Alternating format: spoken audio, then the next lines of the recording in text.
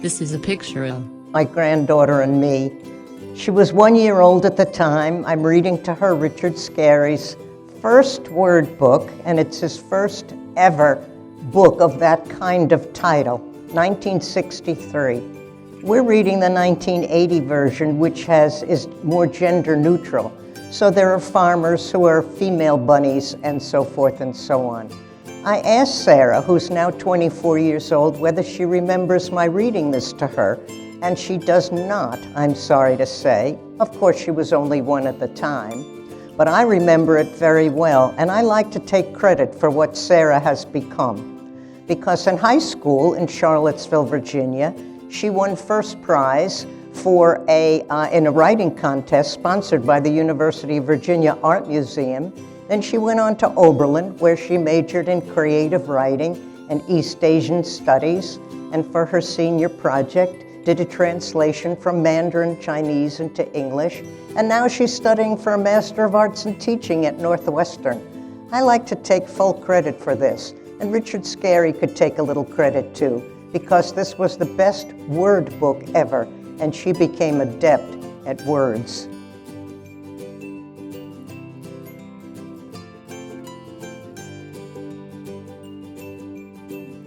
I enjoyed it when I was very young because it showed me a life of imagination and curiosity about the world. It made the world so much bigger and accessible.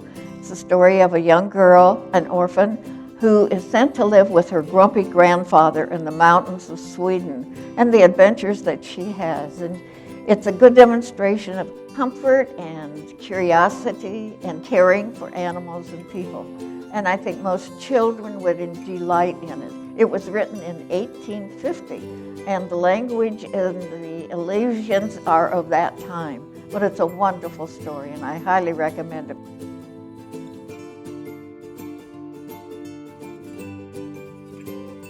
Eight Cousins by Louisa. May Alcott, which I read 8 times a long time ago, fascinated me. I had 9 aunts and 2 uncles, so I had a lot of cousins. The book was about a shy girl, Rose, who went to live with her aunts and 7 boy cousins who were boisterous and mischievous. There was a lot of love in that family. Due to Rose's influence, the boys became better and matured. The story was inspiring. It was about growing up, which I was doing at the time, making friends, learning to show strength and kindness. Women were free to be everything they were meant to be, and I found comfort in this book.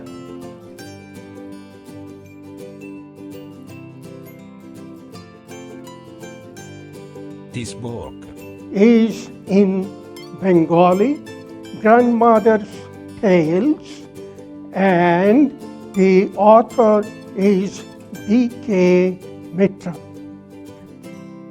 The book takes you to a fairyland where everything is possible. It pricks your curiosity and lets your imagination free. We enjoyed this book so much.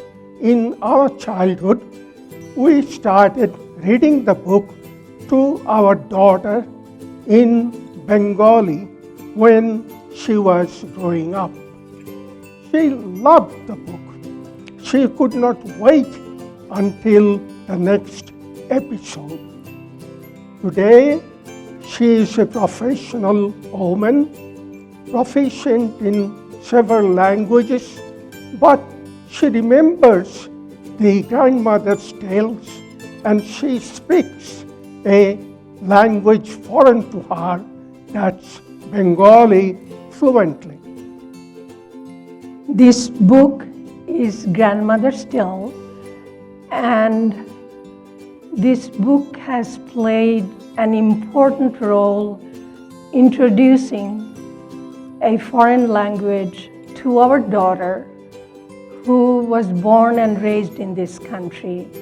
and only knew English.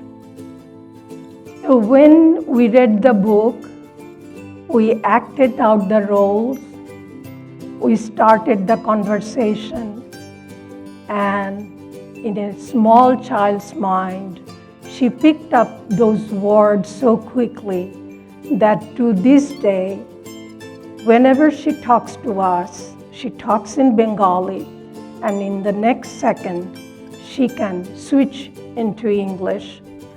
And she is, by the way, multilingual. So that's the way this book stands out in our mind.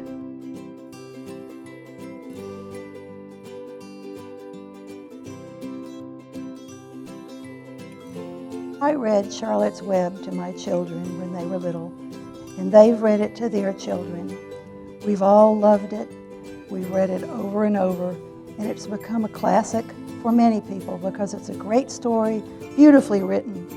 It's comic and fun to read, but it has serious depth of meaning. The realistic story of a young girl on a farm whose father gives her a piglet to raise. She names him Wilbur. She bottle feeds him, and she loves him. And she doesn't want him to be slaughtered for ham and bacon. The book's full of fantasy, too.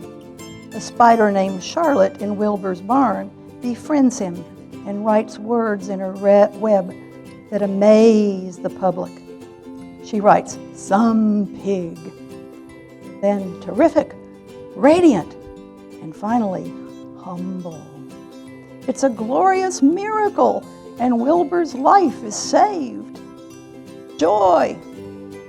But there's sorrow too, because Charlotte, the book's true hero, and Wilbur's true friend, lays her eggs and dies. Nature. In the gentlest possible way, the book accepts the sadness of nature's cycle of life. But above all, the book celebrates the redeeming power of friendship.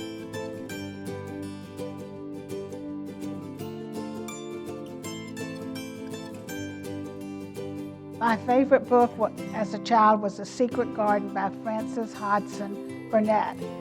I shared it a lot with my younger sisters, and I read it to my children when they were growing up. My grandchildren and I have watched various movies adaptations of the book. I love this book for several reasons. I liked it because it was the story of two children who are pretty much isolated in an adult world who unite to overcome different adversities. There's a sense of mysteries in the book, such as who is the child crying at night?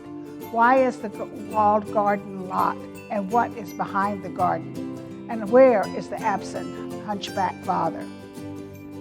Secret Garden has a magical feel about it. It deals with nature and animals, which provide a pathway to healing. When I read The Secret Garden, it took me to another world, and I could identify with the location of the story. It takes place in England, where I was born, and I spent parts of my childhood there. The larger estates had always intrigued me. I was familiar with walled kitchen gardens where vegetables, fruit, and flowers were grown. All the walled gardens were mysterious because you never knew what was inside the walls. In summary, I liked the message of hope and the theme of growth and healing. The book has a happy ending, and I felt that everyone lived happily ever after. I have always loved reading because I am often carried away to worlds that I never knew existed. I like to feel connected with the events, emotions, experiences, and characters in the book. Through reading, I expand my knowledge and explore ideas.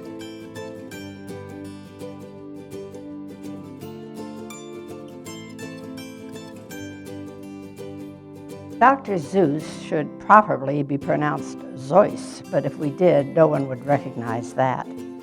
He's a wonderfully clever man who wasn't in reality a doctor at all, but his father had wanted him to study medicine, and so he decided to take the name Dr. Seuss for his books. He started out as a political cartoonist, and he had no biological children of his own, but he wrote 46 children's books.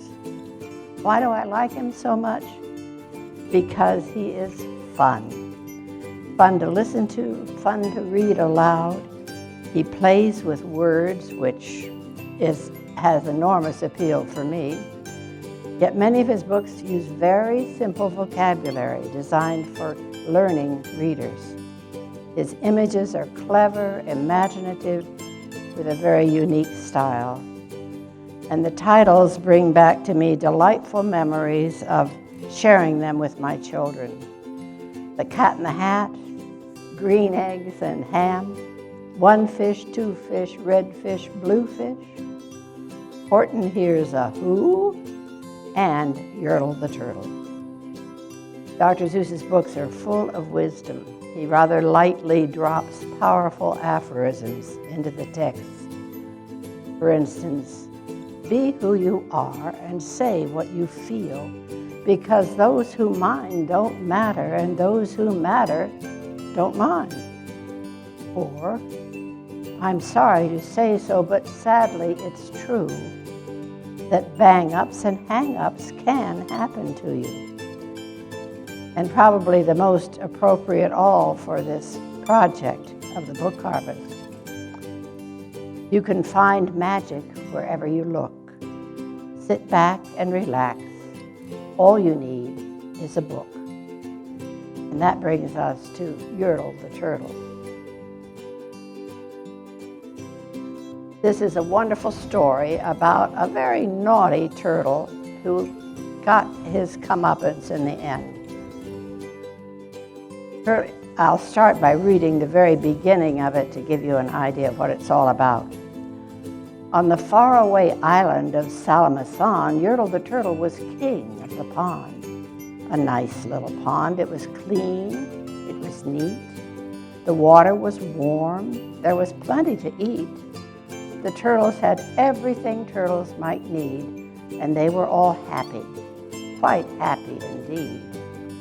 That is, they were happy until Yertle the Turtle decided that he was too limited in what he could see. So Yertle the Turtle King lifted his hand, and Yertle the Turtle King gave a command. He ordered 9 turtles to swim to his stone and climbed on each other's backs to make him a higher throne. He sat down on the pile. What a wonderful view he could see, most a mile. And then it begins to tell us about the things that Yertle could see. A mule, a cow. So all through the morning he sat up there quite high, saying over and over, a great king am I.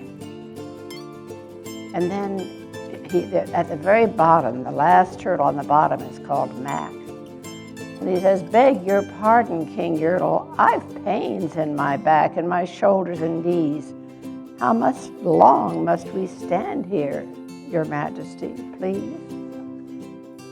Silence, says the king of the turtles, and he commands them to have more turtles climb up onto the stack. He's never quite happy with what he could see. But finally, Mac has had enough at the bottom, and Mac does a very unexpected thing. He burps, and when he burps, all of the turtles go flying out of the stack.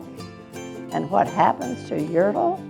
He fell off his high throne and fell plunk in the pond. And today, the great Yertle, the marvelous he, is king of the mud. That's all he could see. And the turtles, of course, all the turtles are free as turtles, and maybe all creatures should be. Yertle the Turtle was so much fun to me to read to my children that when I decided to do a needlepoint project, I changed it into Yertle the Turtle from a rather boring stylistic flower. So you can see each of the turtle leaves, the back of the turtle is a different needlepoint stitch. And here's Yertle at the top and poor Mac at the bottom. getting ready to burp and send YERTLE to the ground.